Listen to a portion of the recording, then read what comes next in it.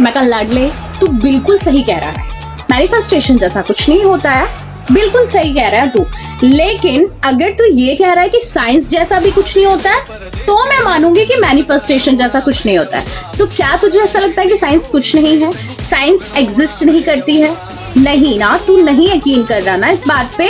तो लाडले अगर तू साइंस बिलीवर है तो तुझे ये भी मानना पड़ेगा कि मैनिफेस्टेशन भी होता है। चल मैं तुझे एक एग्जांपल से समझाती हूँ, ठीक है।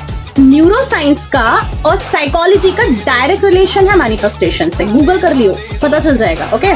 तो अगर तुम न्यूरो साइंस को जानते हो, साइकोलॉजी को जानते हो, तो तुम्हें ये भी जानना पड़ेगा कि मैनिफेस्टेशन क्या है और वो कैसे काम करता है, क्योंकि वो साइंस के बेस पे काम करता है। सबकॉन्शियसली आपका जो दिमाग है वो सारा का सारा खेल सबकॉन्शियस माइंड का है। सबकॉन्शियस माइंड जिसे आप चेतन मन कहते हैं।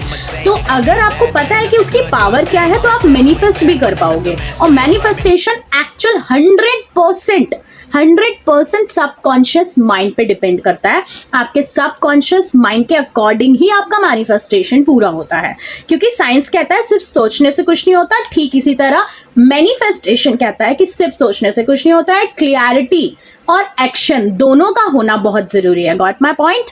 तो आज के बाद ये कहना तू छोड़ दे भाई कि मैनिफेस्टेशन जैसा कुछ नहीं होता, क्योंकि तुझे पता है साइंस एग्जिस्ट करती है, साइंस में बहुत सारी तरक्की कर ली है। और साइंस अगर है तो न्यूरो साइंस के अकॉर्डिंग और साइकोलॉजी के अकॉर्डिंग मैनिफेस्टेशन भी है और वो वर्क कर रहा है। तू मान या ना मान, समझ रहा है? तो इसलिए समझ ले, मान ले और फिर काम कर ताकि वो राइट ट्रैक पे काम करे।